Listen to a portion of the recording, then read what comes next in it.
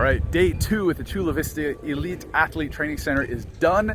I'm standing here in front of the visitor center where they have the torch and of course the American flag, and they run tours out of here. And then also to my right is the BMX course, which the community members can come in on. And there are kids of all ages here who are working on their skills right now to be the next Olympic champions, maybe become the next Olympiad. So great day here as we've wrapped up the second day.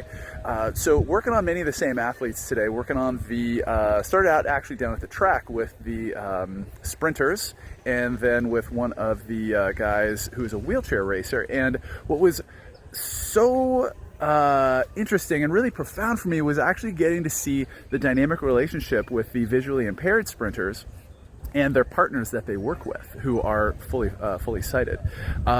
Just a fantastic team dynamic that you see between these guys and gals, and really something worth watching and paying attention to. It was also really neat to actually have a chat with the wheelchair racer who's going to be representing Team USA at the Tokyo Olympics coming up here in 2020.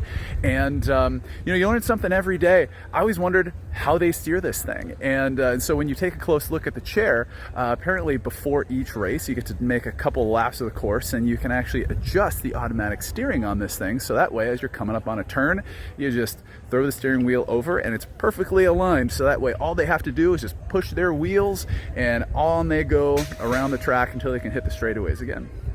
One of the beauties of working on people who know their bodies and who are very attentive to what's going on a day-to-day basis is that they come to you and they say, hey, it hurts here, we've done a little of this in the past, what do you think? Can we also try maybe something new? And so you do it, and as soon as they get up off the table, as long as you've been listening, they get up off the table, they move around, they say, oh, that feels great.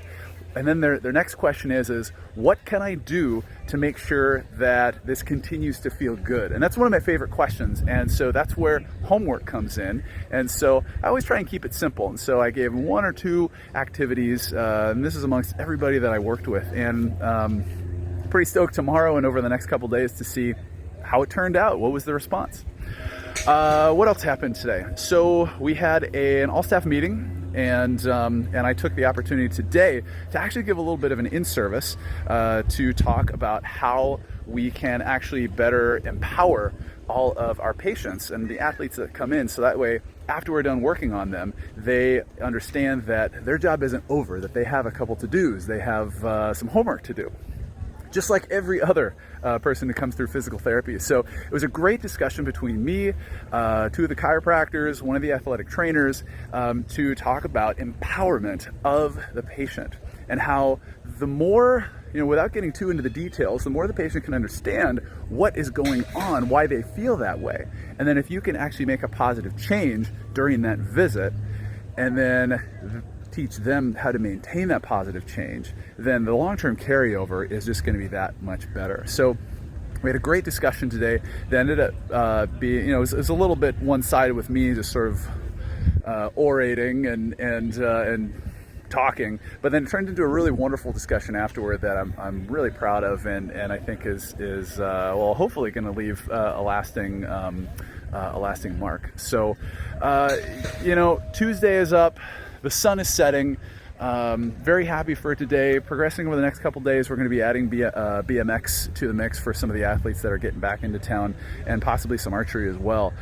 So looking forward to seeing how it goes down.